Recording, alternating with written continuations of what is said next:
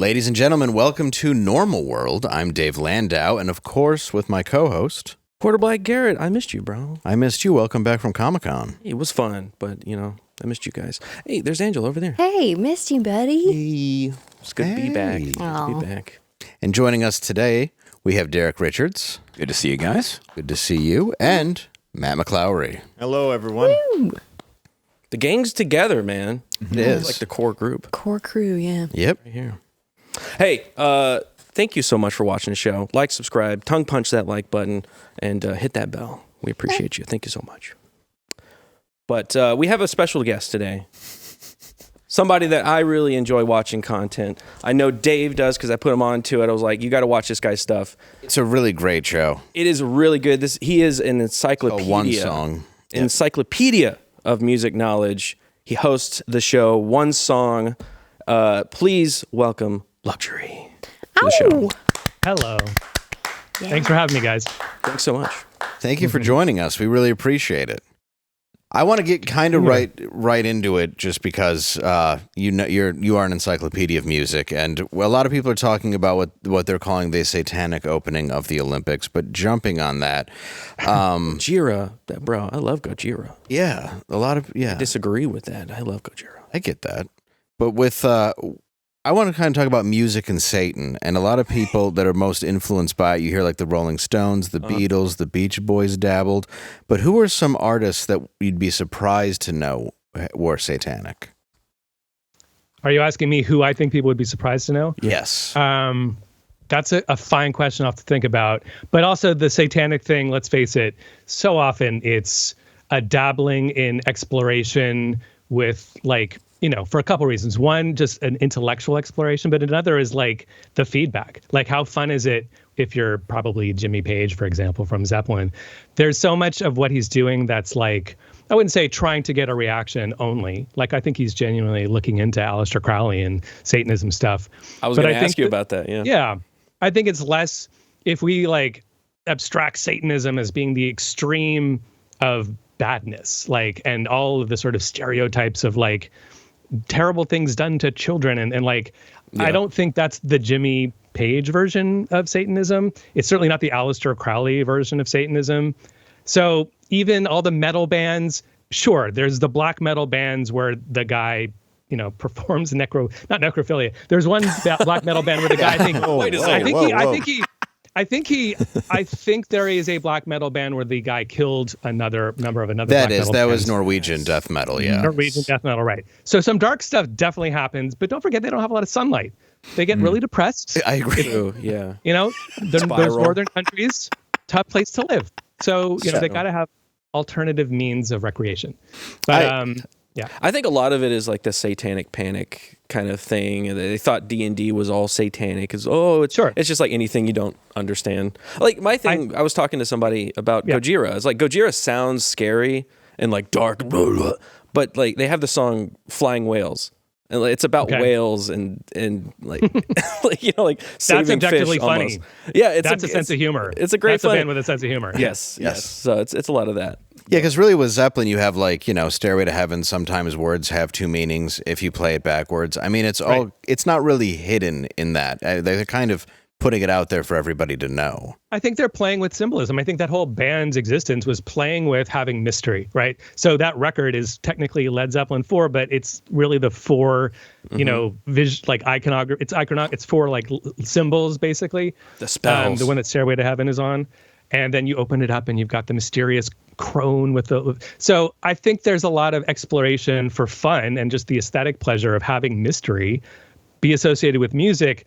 I don't think it means the people themselves are practicing the dark arts. And by the way, what are the dark arts? How often do we really have people eating babies in human history? It should be zero, but it should be. in reality, it's not that often. And they're rarely also productively making music and touring the world. You just don't have time to eat babies when you're doing that. It takes a lot of time. No, a lot of things up. And just to finish that thought, not in Jimmy Page's defense, he is definitely guilty of some light pedophilia during that time. So I won't be defending that, as he is famously known for dating 14-year-old Laurie Maddox. There's no secret. I did not know this. That is not cool, but that's not the same as baby eating. There's enough of a line there. Well, it seems so. There's enough of a line. It seems so common too, though, of rockers of that era. When you look at Bowie, when you look at, I mean, there was it was very common. I mean, I can't think of one that didn't date Great Balls of Fire. Oh my god! have you ever seen the cover art for the Scorpions' Virgin Killer?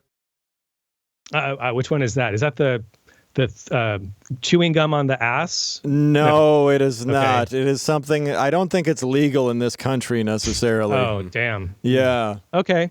It's just a very young woman with glass shattered over a certain part, and you're like, oh, that is not. Spinal Tap would have said that's a bit too far. There's some clear lines, absolutely some clear lines. And underage, like that's an easy no. I think playing with iconography and imagery. Like, first of all, it's iconography, just imagery of like fire and the devil and biblical ideas. Like, it's so far removed. These are abstracted from actual activity. First of all, it's imagery. And when it's combined with the music, it creates this exciting, mysterious, when you're especially a kid, right? It's like, it sort of adds and enhances the musical experience. And I think most of the time, that's what they're doing. Most of the time, it's purely aesthetic. Yeah, sometimes it's the Runaways where it's deliberately thrown out there for that. I mean, as bait, and that's what who's the name of the guy who managed the Runaways? Oh yeah. I mean, Spector? No. You did the character based on him in the sketch. I did because I have his book Kim over Foley? here too. Kim Fowley. Yes, and he's part of the same scene, by the way.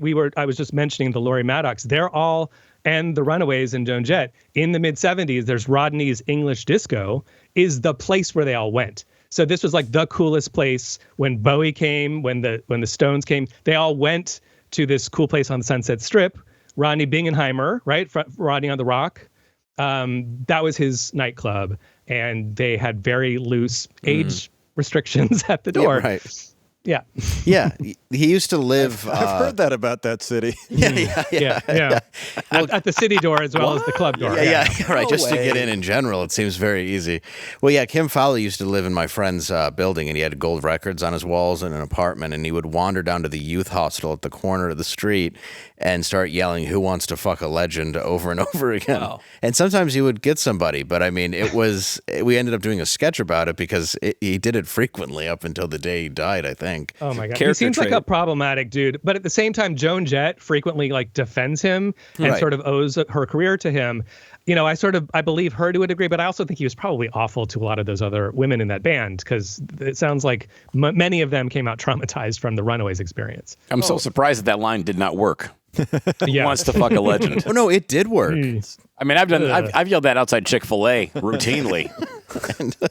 And that's why they don't let me go and hang out. 1 out of 100 times, that's all you need. Exactly. I know, right? You just got to play the odds. It's like Vegas. Now, do you think the satanic stuff too is also marketing to a point where some of these guys are not, they may not be into it, but they're like, well, you know what? This seems cool, and it's going to garner interest from people to buy my album or listen to my stuff.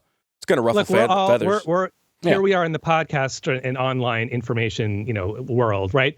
What we've all learned from experience is whether we tried at first or it was accidental. When you hit upon something that's a little controversial and you get feedback on it, you have to make an ethical choice. Like, oh, okay, whenever I talk about controversial things, people watch the show and they spread it. So you've got to decide, all right, where's the line where like I'm doing this because it's a genuine topic and we're exploring it, like we are genuinely looking intellectually into this topic versus, hey, every time we do this, we get lots of hits and lots of views.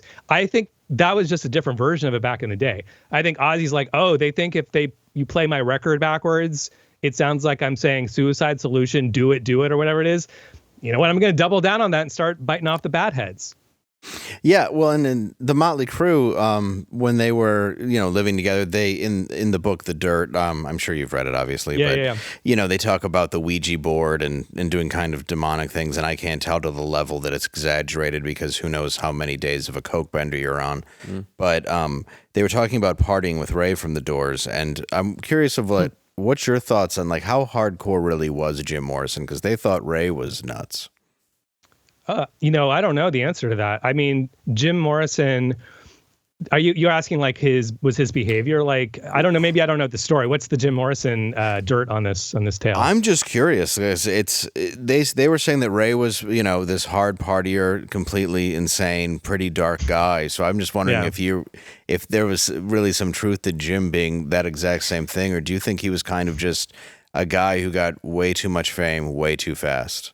I love a lot of these acts from various eras, but I can't imagine that there isn't some temptation that you do things that are questionable, especially under influences. So I don't know what the story is, but I've heard the Led Zeppelin shark story. I'll bet that really happened, like with the roadies and I don't know if you know what I'm talking about, but like it's like there's some they get up to shenanigans that are absolutely crossing lines and not okay. Mm-hmm. And there are no consequences because it's a pre-social media era.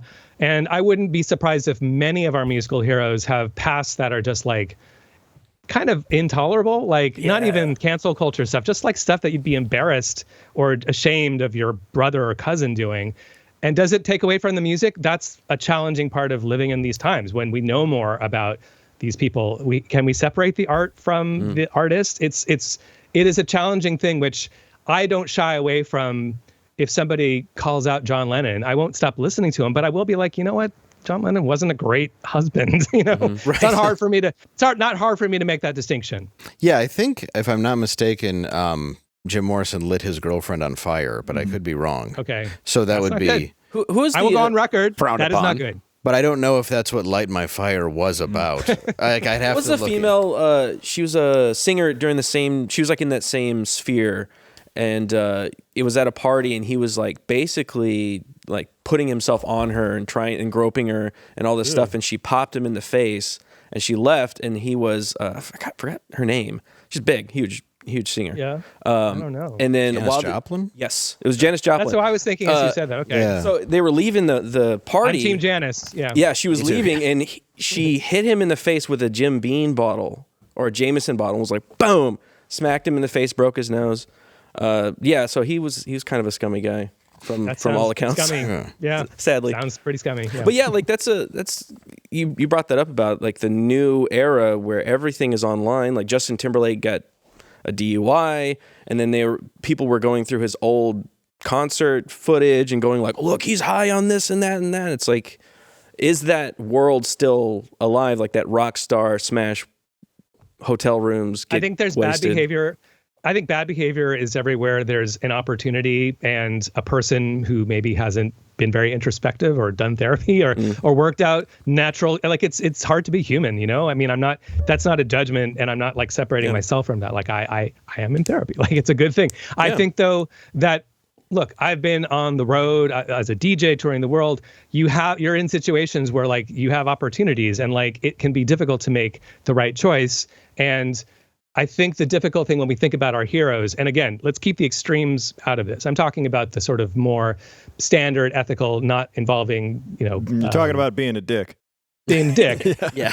I think the kind of modern, the moment of right now is how can we all learn to hold more than one truth in our mind at the same time? This person did bad things, and I don't know that I should pay to see them live or whatever it is. Like maybe we shouldn't fuel their currently untreated situation, but I can also appreciate a song or a movie they're in, and also not necessarily, like my kid was just watching, what's the Kevin Spacey politics show on Netflix from a few years ago? House of Cards. He was watching House of Cards, and I was like, I hadn't thought about Kevin Spacey in a while. Yeah. And I'm like, well, of course my son should watch House of Cards. It's pretty great, but I have a little trouble with it.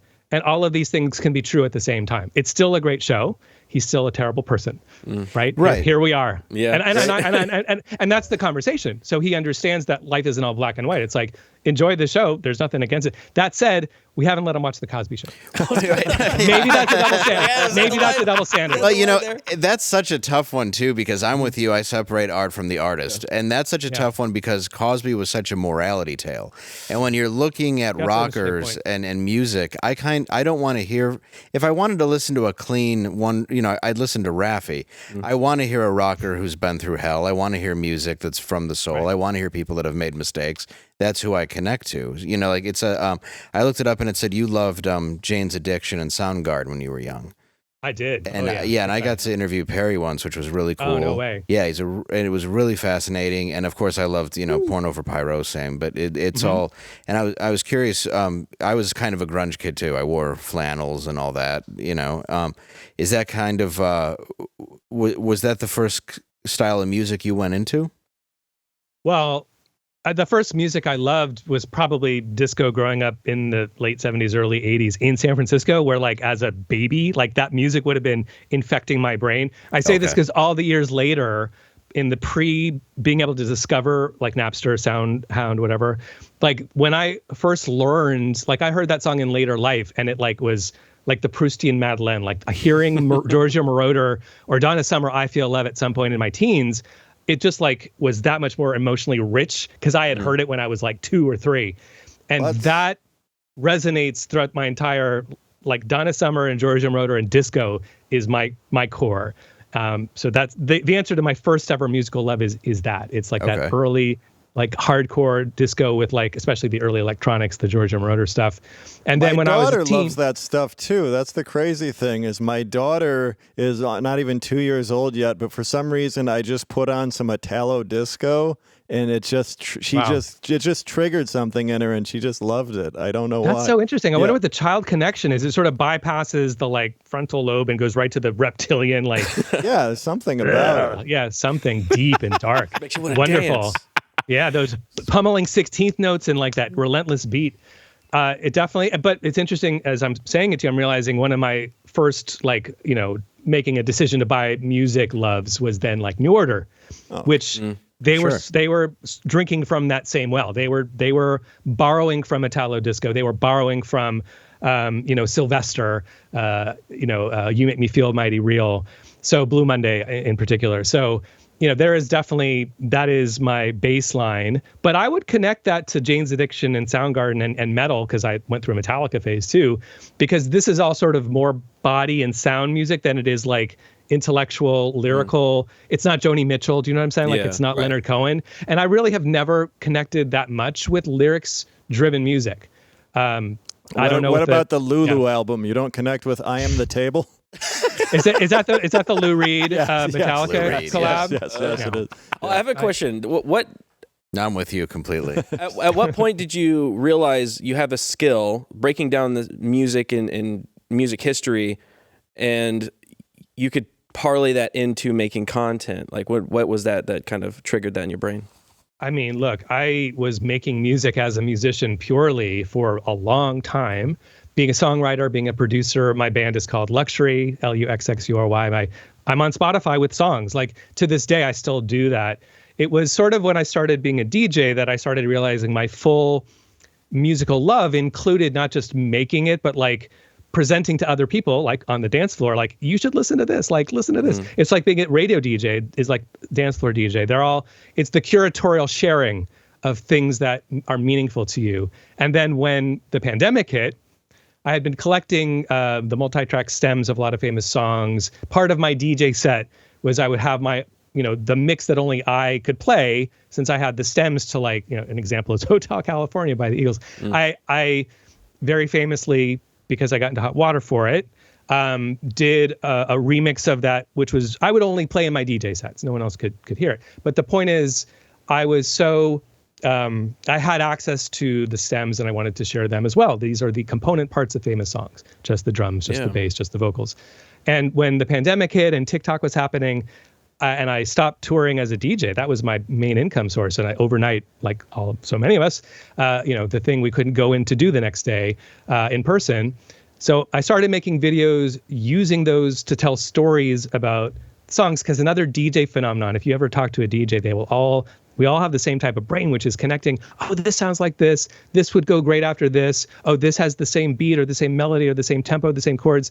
That was already there from being a musician and being a DJ. And then with, 60-second time limit, I'm like, all right, the time limit really helped me, because otherwise it would have been lots of run-on sentences and too long videos. But I was like, I got to do this in 60 seconds.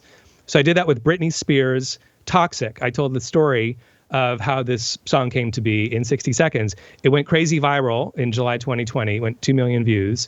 And sort of overnight, there was this sort of new avenue of storytelling, really, of like kind of education So that was like that opened up this new door, which I now with this podcast and I'm writing a book right now about musical borrowing. So it's, sampling, interpolation, covers, just all the ways that if you like a song or something about a song, you can sort of do something with it for your own song, for your own music. Well, you just I saw the video you did about, is it Billie Jean? The doom, doom, doom, doom, doom, doom, doom. Right, the Hall & Oates connection. A Hall & Oates steal, and it was retimed in Billie Jean. Well, the funny thing about that story is that the song is "I Can't Go for That" by Hall & Oates. And when Hall & Oates were doing "We Are the World" with Michael Jackson and others, Michael Jackson apparently, according to Daryl Hall, who's told the story 5 bazillion times, said that Michael Jackson whispered in his ear, "Hey, hope you don't mind I borrowed that bass line for Billie Jean," which goes, doom, doom, doom, doom, doom, doom, doom, doom. And they're close, but they're different. And Daryl Hall was like, thanks for telling me, but like, nuh-uh. like, okay. You didn't steal anything. It's all good, man. Like, we all are influenced by other things. That's just the way of music. That's the way of creativity, is building on something else to make your own thing. Now, of course, there are copyright laws and there are lines that can be crossed. But the funny thing about that story is that, like, there is no actual infringement. Like, nothing illegal took place there. The weird thing was there's no good Satan stories about Hall & Oates, by the way. There's no good satanic. Well, Oates may tell you different. Yeah, true. Watch with Fallen the Oates. lawsuit, yeah. Yeah, exactly. I mean, Maneater, maybe. Yeah. the story Well, behind that's pretty- Maneater is pretty on the hilarious. nose. Because they were having dinner in a restaurant, and a very attractive woman walked in the front door, and one of them said to the other, "Whoa, there's a man-eater." And he's like, "That's a song." He's like, hold on. That's the story. That's the story. That's great. Yeah. I love that. That's the depth of the 80s. That's it. They're all coked up and like, I'm going to write a song about that. She is a man-eater. And she won't go for that. What?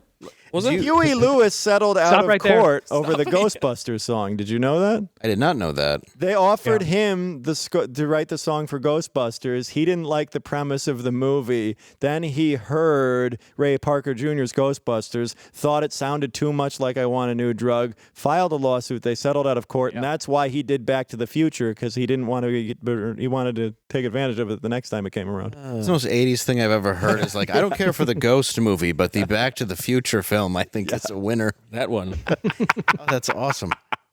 Well, you coming up in a time too with a lot of albums, and you're picking albums all the time that sample from, and I've grown up around DJs, and I find what you guys do amazing. I don't get it.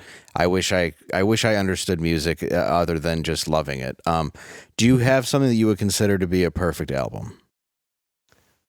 Damn, that's a great question. Well, I mean, a perfect album. We actually have talked about this on the show. In fact, the game we sometimes play on the show is like, what's a perfect album? And, gun to your head, you have to take one song off. So only because we recently did that we did a Prince episode. So we were talking about Let's Go Crazy, and Purple Rain is a damn near perfect record. And I thought he was going to say that's a hard one. No, the Bat Dance is not a perfect record. Sorry. That is an imperfect record. I think Anything by Purple, Steel Panther is perfect, by the way. Steel Panther is great. I think Purple Rain. I'm not the biggest fan of Take Me With You. Like I could lose that one. I agree. But Diallo, my co-host, was very upset about that choice. Like he did not agree. I mean, Baby I'm a Star is not great. You know what? I would maybe change my answer to Baby I'm a Star. But your question was a perfect album. Purple Rain's a perfect album. It's a perfect album. Yeah. Pretty damn good. There's a few out there, but yeah, that is a good album. Did you know that on Airbnb you could stay in the Purple Rain apartment? No way. They have it remade to look like in the movie, and you could stay in it. This is in Minneapolis somewhere, I think so, yeah. or outside Wherever of they shot the interior shots. He What never are left you guys Minneapolis. doing for Easter? I think we know. Purple Rain House. Yeah, you down? It's me and you. Were you into rap, I assume? 90s rap? I have so Diallo and I, between the two of us, we're always finding gaps. Like I have this 1989, 1992 rap, like that period of gold, like sort of the golden age of, I guess what you call like the Native Tongues with like De La Soul and Tribe Called Quest. I love Diggable Planets too. But another record comes out that same year, which we just did an episode that comes out next, maybe by the time this airs. We just did our Nothing But a G Thing episode. So that's The Chronic, Dr. Dre, The Chronic, which weirdly, because I kind of wasn't living in America when it came out, I completely missed it.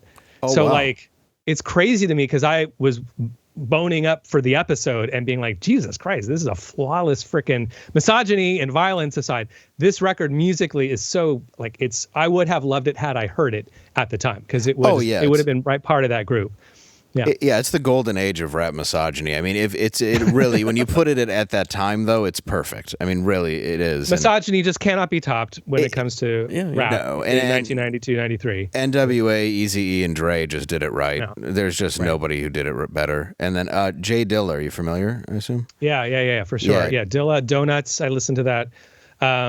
I'm trying to get Peanut Butter Wolf on the show from Stone's Throw, who is a good friend of Dilla's. We actually had Questlove on, another good friend of Dilla's. Oh, that's awesome. Very cool. He was on the show recently. We talked about Public Enemy.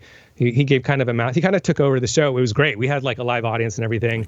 And you know, we learned it was like him teaching a master class in he wanted to talk about Public Enemy and kind of a lesser known song. He picked a Flavor Flav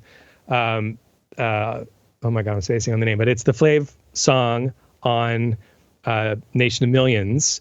And it's not one of the big hits. It's not Bring the Noise. You know what I'm saying? Mm-hmm. But he found that to be in his Questlove mind, like a perfect example of how the Bomb Squad, the production team, were such geniuses for the era. What they had access to technology-wise and what they did is pretty mind-blowing. They had like, you know, a snare from this record and a kick from this record. They composed the beat with like 8 or 9 different samples essentially in 1989 technology. So that was a really fun episode, and obviously a masterful record. It takes a Nation of Millions from 89, I think 88, 89. Mm-hmm. That's what I think is so interesting about them and Jay Dilla, and like just the way that they kind of reshaped that ability to DJ. And I was curious who you thought is one of the most inventive. Like if you were to name like maybe top 5 best DJs just for our listeners, who would you recommend?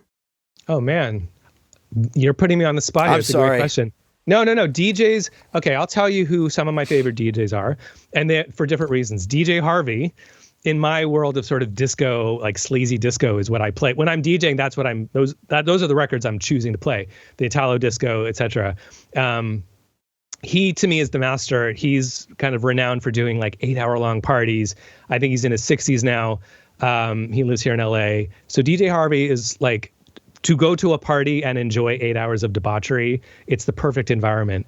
There's a DJ, oh man, I'm spacing on his name. He is from Eastern Europe, and he develops from the ground up.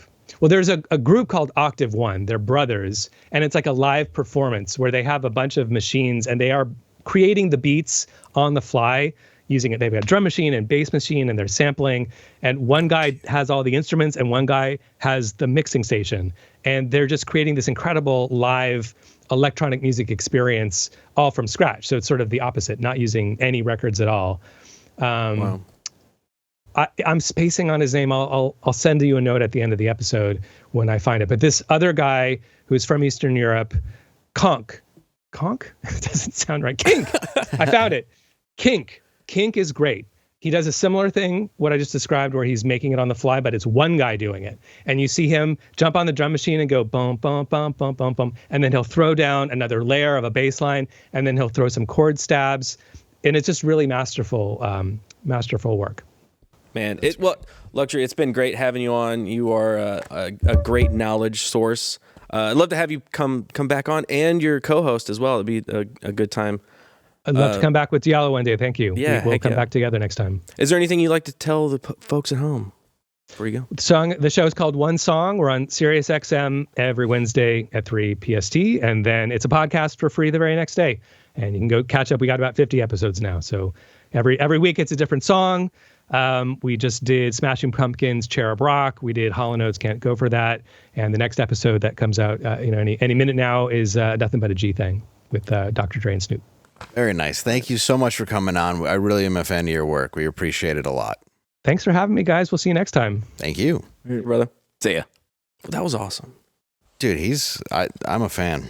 Yeah. He had such a creative way of talking about that Led Zeppelin story of in the roadies on the tour bus. I didn't know this story. What is this story? Well, they essentially made women that came on the tour bus have sex with a fish. Yeah.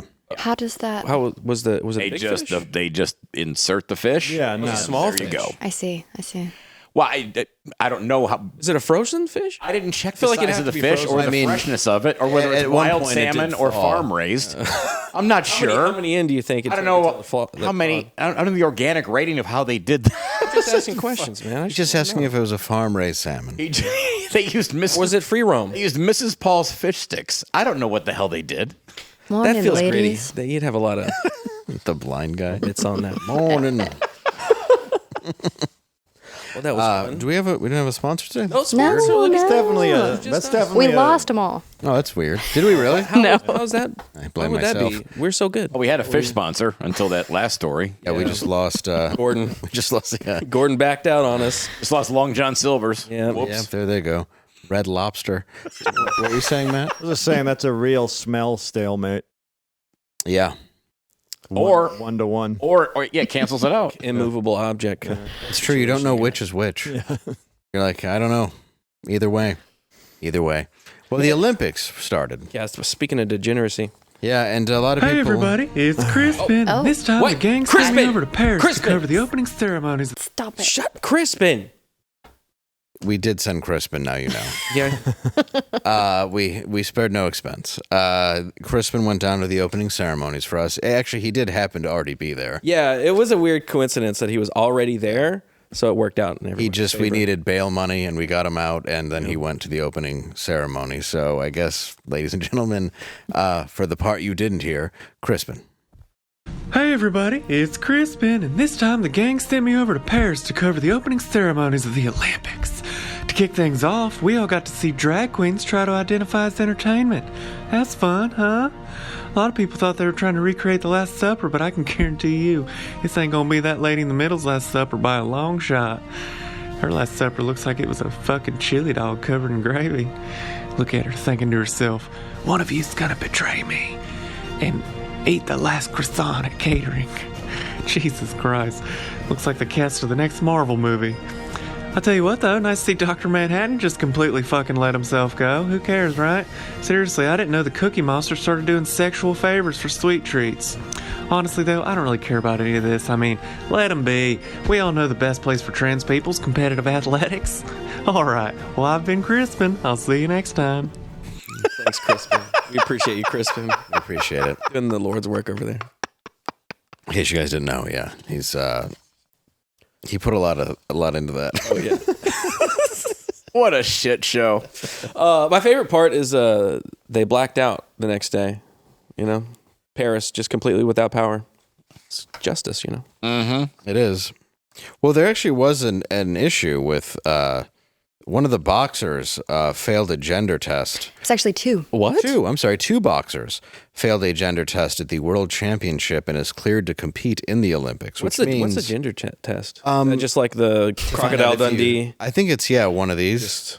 So it turns out that two of the women who are The gymnastics doctor is Oh, no. administering the test. I'm yes, sorry. the gymnastics doctor, and yes, they're taking him out of jail from Michigan State. And so what it means is two women Why, Gary? Why? who were born with penises will be boxing women who weren't.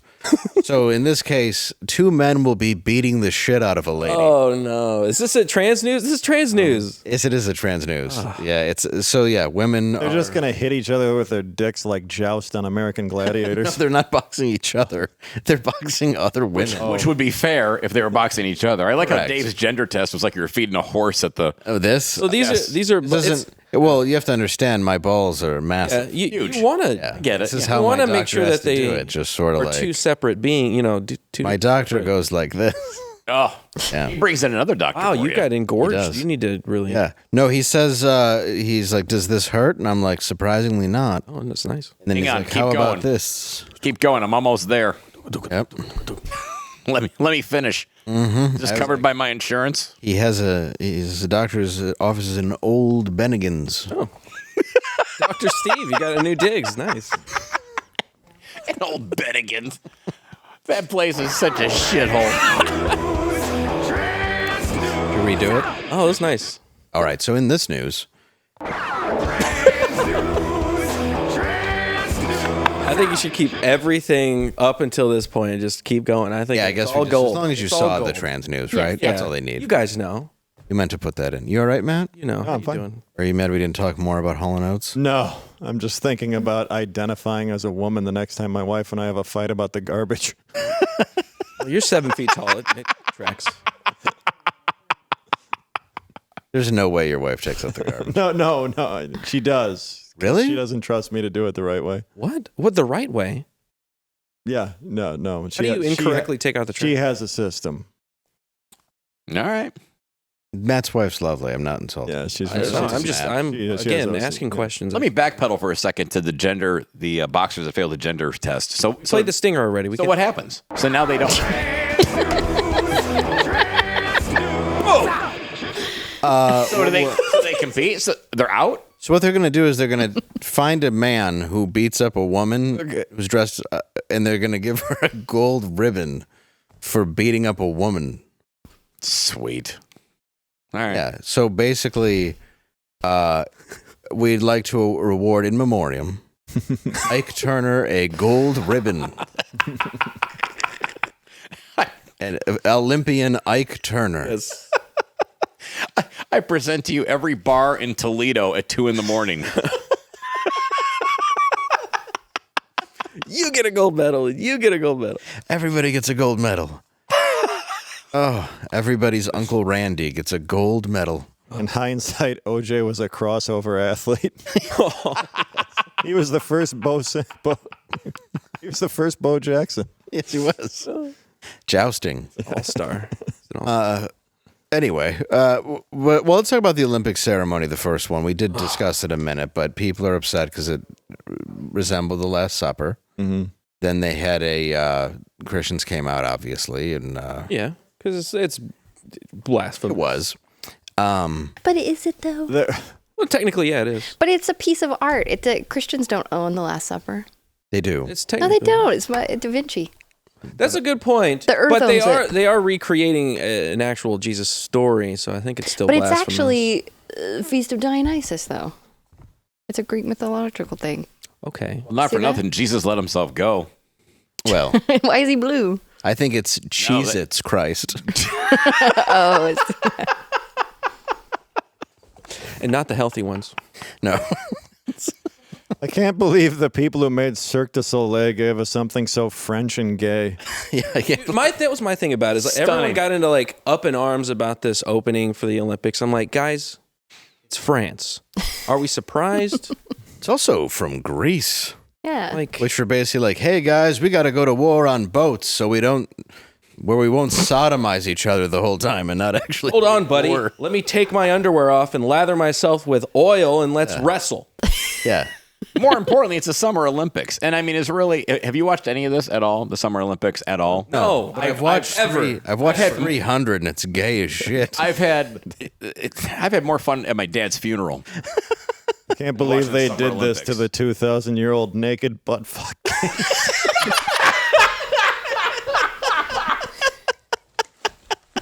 Yeah. Have you ever seen the wrestling statue? changed. There's no clothes on the wrestling Oh, statue. man. They woked it. They woked it. Comes for everyone, man. I'd say it started pretty woke. I mean, regardless of what they Back did. in my day. Their biggest challenge was It was just sodomy and little boys pissing, though. Yeah, that's all it was. You just had bird baths with kids pissing. It wasn't gay. their biggest challenge was looking at the Summer Olympics saying, how can we make this more gay? Yeah. I have a Mission accomplished. What about some men in dresses? Did you guys see the ball gag?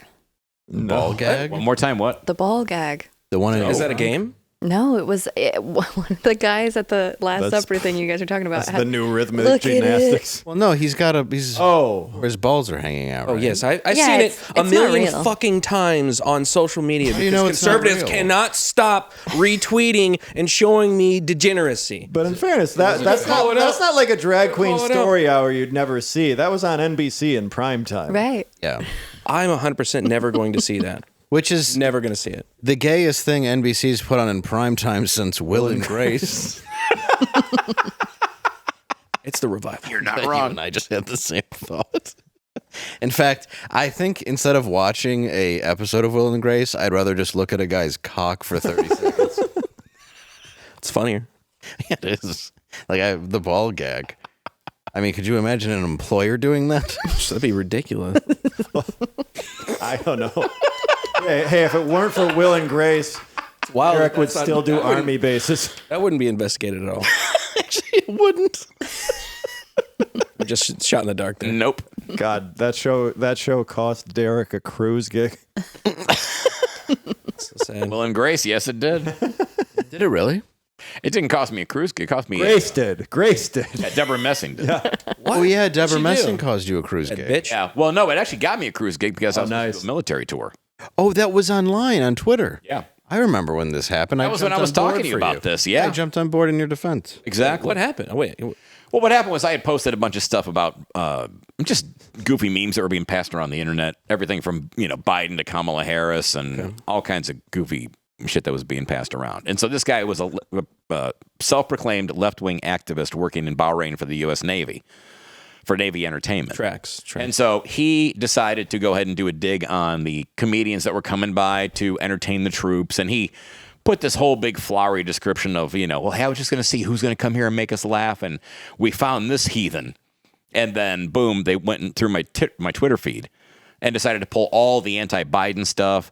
Megan Rapinoe, the women's soccer player who had her hair in purple. Right. And there was a meme that was shared of the I think it was a Swedish team that beat him. I can't remember in the Oh, Olympics. those like high schoolers or something. It was like well, no, it was boys. It was the female Swedish soccer team that beat the U.S. women's soccer team in the Olympics. And so the picture was Megan Rapinoe and said, "I wrote purple-headed dude seems irked." And so what happened was That's enough to get they canceled. jumped on all. Well, this guy jumped on anything that I posted that was considered anti-left, and grouped all these pictures together. Like you would as a Sent it member out. of the armed forces. Right, exactly.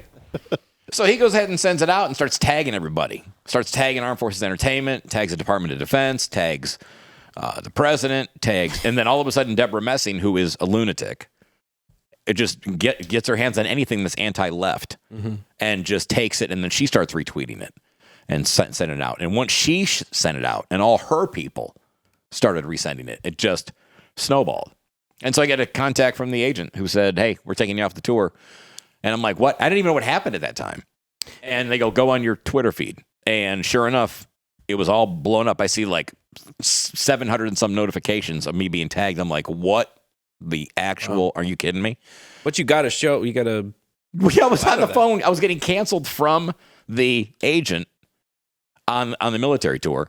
And emailing my cruise ship agent at the same time going, "Hey, got this week open." Deborah messing with your cruise. So I literally, well, she didn't mess with the cruise. I got the cruise. And the thing is, people forget, again, these dumb cancel culture morons, I still got paid from the government.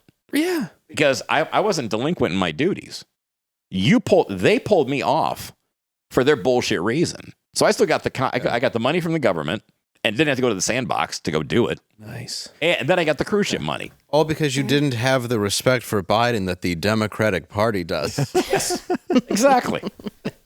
In hindsight. Oh, you mean the greatest president of all time? That's correct. Yes. A man who is of perfect... Most selfless man? Yes. Excuse me. That's Kamala Harris Yes. you're talking about here. Yes. Well, he was of perfect sound mind and body right up until 2 Tuesdays ago. Right up until they said he wasn't. Right when they said, Mr. President, could you answer the question, please? Right up until an ear got hit, and he was like, you know what? I don't feel so good. It's the COVID that got him. What's going on here, man? Yes. Hey, People shooting people. What's going on? Take this Yes, bitch. and obviously Kamala is the most qualified woman to be president ever, even though up until 2 weeks ago they were hiding her like a 15-year-old's porn stash. And now they were like... They're like, do we have any Z-lister celebrities we can get on the phone? Please, God. She was more hidden than Anne Frank. Which is not hidden very well. If you look at some you read of the her book? quotes, which one? Anne Frank's book. I did. Didn't end well. It was a diary. It was bad. And it just ends. Yeah. You know, there'd be more clarity there. But that's all right. How about a sequel? I know. Yeah. I don't know. She dabbled in Pulp Fiction. She had some adventure novels. She did. Erotica. She wrote under the pen name Clive Cussler. Actual quote of Live Cussler. Jesus. An actual quote of Kamala is my favorite living rapper is Tupac. And you're sitting there talking about how you're... Well, she was listening to him in the early 80s. Yeah, and then said my favorite living... And also in that same breath, my favorite living rapper is Tupac. And it's like, can we stop pretending she's a woman of the people? Yeah. They ain't like us. Our parents could have told us Tupac was dead. Because they saw me watching MTV News. You know what I mean? Like, there's nothing 30 about years her. ago. Yeah. Well, she started listening to him when he was doing ballet at a performing arts college. Right. Is that the story? No, she said she started listening to him in the 80s. Right. But he was like a child in the early 80s. Right.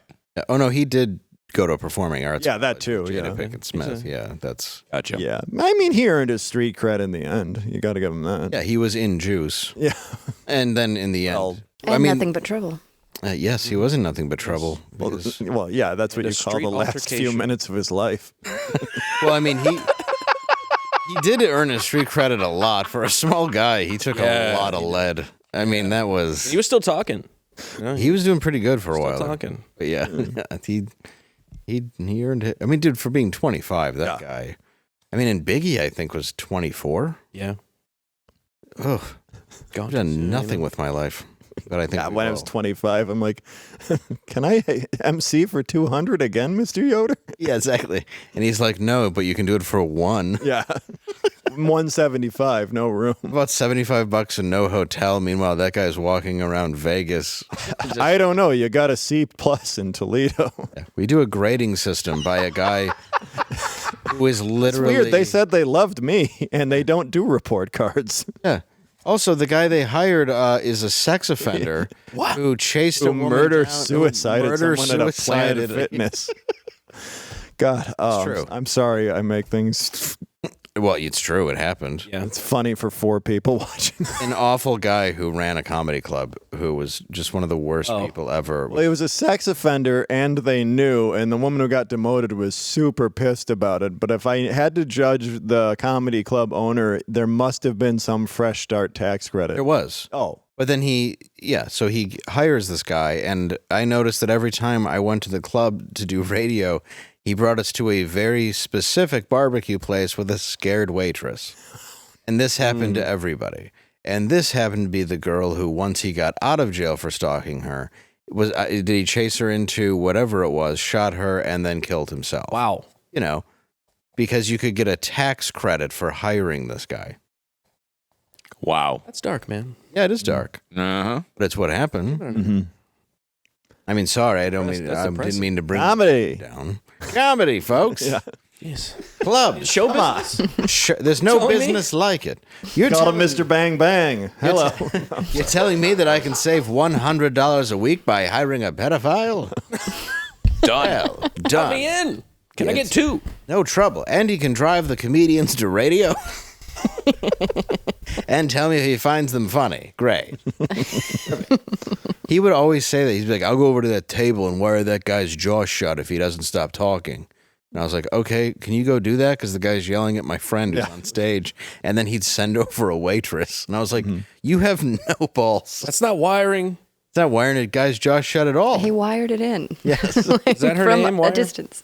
I mean, I was glad he died, but, it should have just been him. Yeah. You just start with yourself. It's only a 50% happy ending. Be the change you want to be. Yep. You know, you want to see in the world. Yep. Start with Start you. with yourself. And that's the more you know. Mm-hmm. What else you want to talk about? White I just love that I signed up for an open mic when I was 21. One thing led to another, and that person was in my life. Yeah, he was the worst. Yeah. He's like, barbecue queue here is great. I'm like, it's not. And why is she crying? Like, I never had a shaking waitress cry. I'm like, does she have something against pulled pork? Oh, you come here every week and stalk her. Cool. Weird. Where was this club? Which one? Toledo. It's Toledo. Toledo. Okay. Not now. Now it's the Funny Bone, which is a great club. I'll be there in November. Right. No, this was back when it was Connections. Okay. Oh, connection. Got it. Gross name. Yeah. The fun room. At the time, well, there was an X in the Yeah, it's the thing that makes it. It wasn't gross until you makes put it in the more. X in it. Yeah, CONNEX. And the little naked cartoon logo they had. Yeah, then you knew it was funny. Yeah. And it looked like it was built in an early 80s wet dream of what a comedy club should look like. Well, that wasn't like the one in St. Bricks. Louis where the mascot was Farticus. Yeah, the Fartic. Oh, God. That was the one where the guy was waving his gun at you. At me the whole show. And no one did anything about it. In the crowd? Yes.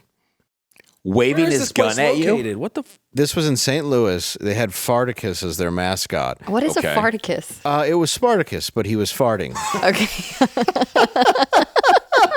And a guy... laughing because it's funny. A guy is waving a gun at me the whole show. People are exiting because of it, and nobody's helping me. And I'm just like, this guy has a gun. Is anybody going to do anything? Like, I'm still doing my act, and then he What like is he, puts just it away. like- Every time he's like, every time you tell a joke I don't like, I'm going to pull it out, and he keeps like pointing it at me through the whole show. Right? Are you shitting me? Swear to God, Which club was this at? it was Comedy the Forum. Comedy Forum. Yeah. You know, like the Forum. Oh, yes. You know, Okay. but of course Spartacus, but Farticus. With Farticus. farting. So the coked out owner is banging a waitress in the office, so there's nobody there to stop the man from pulling a gun on me. Nobody can really see the guy except the tables around who have kind of left, and then there's other people, and Matt was like going and getting trying to get the like, hey, there's a gunman. Trying to pull the owner off the waitress? Just trying to get some attention to Right. me. I do my whole show, my whole set, with a gun pointed at me. That's metal, dude. I get off the show. That's gangster, dude. Yeah, I get off the show. I walk over. There's a guy who's coming to the next show. He comes in, and he's trying to tell me that my dad saved his life in Vietnam. Like, while I'm just trying to like figure out what's going on. This is all in one night. This is all at the Same same time? time. This dude runs out. The guy with the gun runs out as fast as he can. This guy comes in when I'm just standing there because I'm selling CDs. This guy's telling me that that my dad saved his life in Vietnam. This is when the owner comes out and like, interrupts this moment I'm having with this guy, which is the only peace I've had in this night, and accuses me of not doing my time. And I'm going, I did do my time. The other comics were like, yeah, he did exactly his time. And that guy had a gun. With a gun We were pointed trying at to him. tell you that dude had a gun the whole time. And he's like, well, I didn't know he had a gun. And here's the best part. He then gives me a bad grade to the booker because I went under. Oh, man. So then the booker gets a hold of me and goes, well, you got a C. And I was like, so finally, I'm gonna pull a gun out on you. under duress. the other comics got a hold of him and he called me back and he goes, I am so sorry. You could sue that place. You could do all the. I'm like, yeah. I was just trying to have a moment with the guy because I couldn't, like when a gun's pulled on you, you just sort of like, for me, it exists. I've had it happen. So it just happens. It's not the only show I've had it happen at either. So it's like but it happens. It exists. So you're kind of just in that moment. But when the That was moment just you, stops, though. yeah, you're frozen in that moment though. Like so you're not really focusing on what's actually happening. So I'm kind of like stuck talking to this guy, which was a good moment because I haven't processed really what's happening. Yeah. So now this guy's run up and is just now yelling at me for not doing my job. And it's like, oh, I did my job. I went above and beyond. Yeah. Many people would have made a scene out of this. I was just so surprised a gun was being pulled on me that no one was doing anything about it, then reacting to it, that I continued doing my set. And that was the same company where it's like, oh, I got a C, did I, for not maintaining my and I did 46 minutes, not 45. And the agreement was 45. That's impressive. With a fucking gun pointed at me. Well, you should have gotten a C for going over. But you said fuck. Exactly. That would have been fair. I would have said, you're right, I went over. Who does a minute long with a gun held on him? Dude, I had to finish the story. Wow. You know, I'm going somewhere. Yeah, that was one of the. That is insane. Holy Insane. shit. Yeah. Insane. I never had a gun pulled on me. Oh, I have twice. No. At a show? Yes. And then after a show was great in Indiana. I'm standing outside smoking a cigarette, and I just feel cold because this girl's talking to me. She comes up and she goes, "Could I have money for gas? My car broke down." She's like this cute blonde girl, and I was like, "Yeah, that's no problem." I reached I gave her a $5. Oh boy. And I had just gone to the ATM, and they must have saw me. Oh shit. Because I had given my money to the wait staff, and I just feel this thing back in my head, and I'm like, fuck. It's like, give us all the money. And I was like, okay. Gave it to her, and they just went running off. And I was smoking, so I just finished my cigarette. So wait, she was in on it? She was in front of me, yeah, and he came up behind me. So she was the bait, yeah. Yeah, and I finished my cigarette, and I went and I said, I just got robbed. Can you call the police? They said, yeah. I go, you have cameras on that side of the building? And they were like, no. And I go, you don't have cameras like right there? And they go, no. I go, well, what about in the back for the car, like by the lot? And they go, no. And I was like, well, then don't call the police then. They go, well, why? You could file a report. I go, well, what good is it going to do at this point? Yeah, they're gone. I'm like, I think that's why they're robbing people right there. It's kind of a blind spot you got going. They have cameras at all? And just in the front. Oh, okay. But I think they were coming in the back deliberately because it was attached to this parking garage. Got it. And this is 15 years ago. They weren't going to go through all this. You know what I mean? Like every camera in the air. So they just took off, and I was like, great, I'll just go back to my room now with like, $200 gone. Ugh. But yeah, they robbed me. You're lucky that's all they got. Rough. Yeah. Well, I mean, I blew him. But I asked if I could, and then he gave me back 20. Listen, you got to find your good Samaritans. Yeah. Where you can. Yeah, that was, oh man, I forgot about the comedy forum with Farticus. I always remember Farticus and having a gun pointed at me. That's such a apt mascot for a place that happened at. Surprisingly, it went out of business. I don't know how. That's a shocker. I don't know if it was the owner doing coke all the time and not paying attention to the shows, or just the no bouncers. Maybe column A, column B. Yeah, they sure had Kevin McPeak a lot. Go ahead and Google him. Well, he had a camera. Yeah, he had a camera in his niece's shower. Plenty of cameras. Yep. In a public toilet. Mm-hmm. My God. Oh, yeah, QB. Show business Dark is world. disgusting. Guys operate in. I hate so many people in the club world. There are some sick bastards out there. Yeah, some are great. For example, I'm going to be at Mark Ridley's Comedy Castle August 8th through 10th. Well He's a played. sweetheart of a man. Oh. And that is in Detroit, Michigan. And what about you? I am going to be at Albany, New York, August 16th. Hartford, Connecticut, August 17th. And the Improv in Addison, the 21st. Go ahead. Keep going. Then Des Moines, you're going to be there August 23rd and 24th. And then Des Moines, I'll be there. Absolutely. I will be at Comedy Zone at Harrah's Casino in Cherokee, North Carolina, coming up August 7 through 11, and then August 14 through 18. It's a great casino. Great gig over there. Beautiful in the Smoky Mountains. And then I'll be with Dave in Addison at the Improv on August 21st. I thought you guys were connected. EricRichards.com. What? I thought you guys were like one body right there. Did you see the photo? You guys look like you were stuck on me or whatever. We're going to be doing a twinsy show. Look conjoined? Twins. Look at that. Yeah? He's the clean one and I'm a mess. Yeah. It's like the odd couple, except we have to share a kidney. It's weird that I'm not on that show, but Derek's the one who looks simple.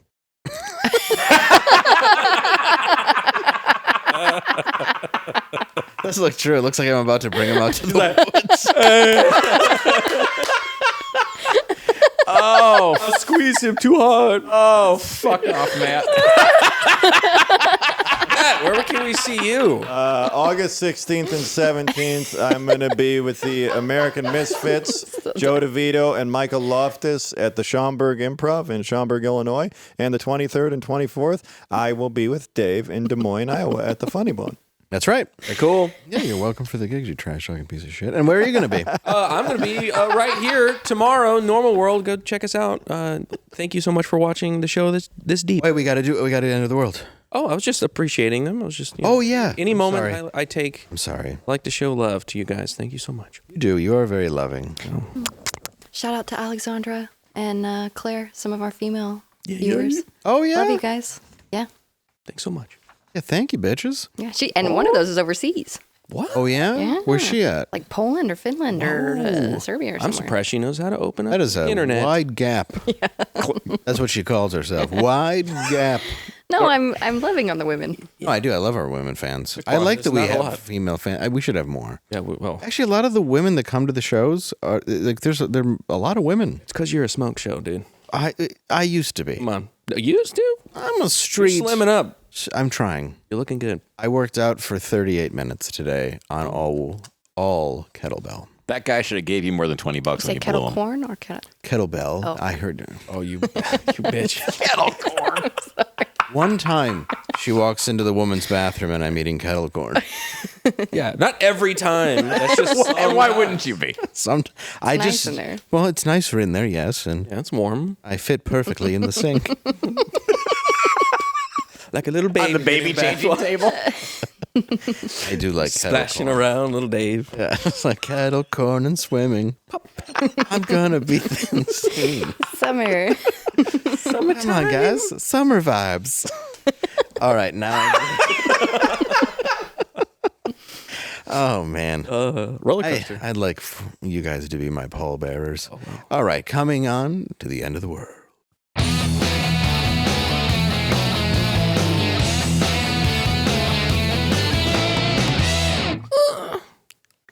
You said Right. coming on to the end of the world, so I had Did I? Oh, I like that. Got to add the oomph.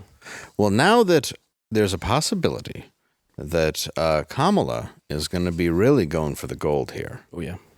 what do you think Trump's nickname for Kamala will be? QB. Easy. Cunt with a K. Ah, very good. Highbrow, as Yep. always. Yeah. I think, well, it's only, and it's not a curse word that way. It's is not. spelled different. It's like the philosopher. Or what? Yes. Cunt. Yes. Yes. Jack Kuntfowski. Yes. I'm going to go with Sparris Harris. Oh, I like that. I like that. I'm going to go with the black hole.